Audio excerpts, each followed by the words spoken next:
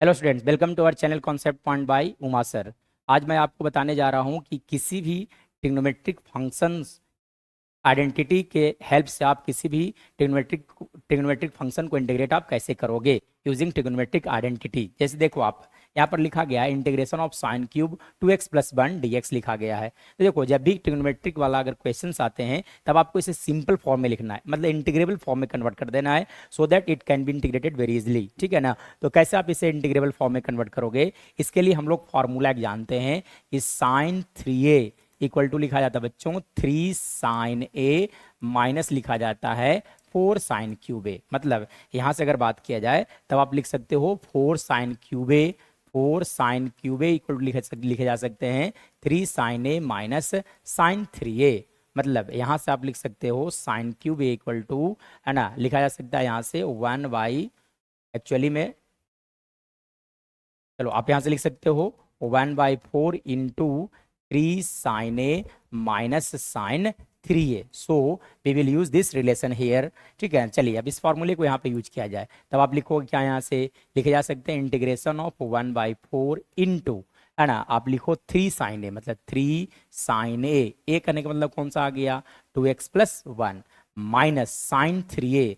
तो sign 3a मतलब 3 से मल्टीप्लाई कर दो आप, तो 6x प्लस 3 हो जाएगा का होल dx लिखा जाएगा। चलिए अब आप देखो यहाँ से, तब आप क्या करोगे 1/4 कांस्टेंट है इसलिए 1/4 को इंटीग्रेशन से बाहर कर लिया जाए, तब यहाँ पे आप बच जाएगा आपके लिए 3 sine 2x plus 1 into D X, minus यहाँ से लिखोगे आप क्या sign 6x plus 3 into dx लिखा जाएगा। चलिए आप देखो, तो यानी कि 1/4 जो है वो पूरे से मल्टीप्लाई, इसलिए आप बाहर से एक ब्रैकेट डाल दो।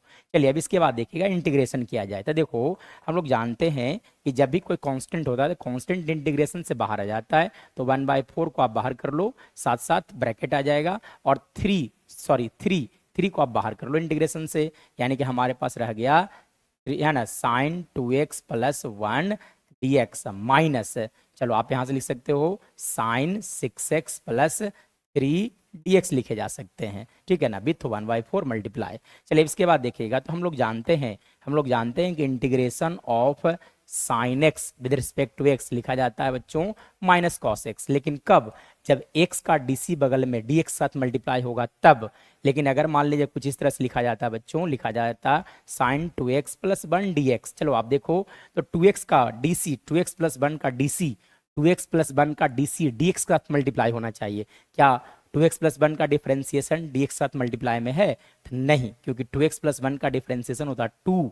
तब आप इंटीग्रेट करने से पहले क्या करोगे, 2 से मल्टीप्लाई और 2 से आप कर लोगे डिवाइड। चलिए अब आप लिख सकते हो इसको आप -1/2 कॉस 2x प्लस 1 लिखे जा सकते हैं प्लस c। कुछ इस तरह से इंटीग्रेट किया जाएगा, डिफरेंशिएशन मल्टीप्लाई होना चाहिए x का dx के साथ। चलिए अब आप देखो यहाँ से, तो x का डिफरेंशिएशन, तो इसका x का डिफरेंशिएशन कितना होता है 2, इसलिए आप क्या करोगे 2 से मल्टीप्लाई भी कर लोगे और 2 से डिवाइड भी कर दोगे। मतलब हमारे पास आंसर आ गया 1/4 इंटू 3/2। ठीक है, और इसके लिए लिखोगे आप माइनस कॉस 2x प्लस 1। चलिए ये हो गया फर्स्ट फंक्शन के लिए, और इसका इंटीग्रेशन क्या आप लिखोगे, माइनस लिखे जाएंगे cos 6x plus 3 with minus sine divided by कितना 6 आ गया।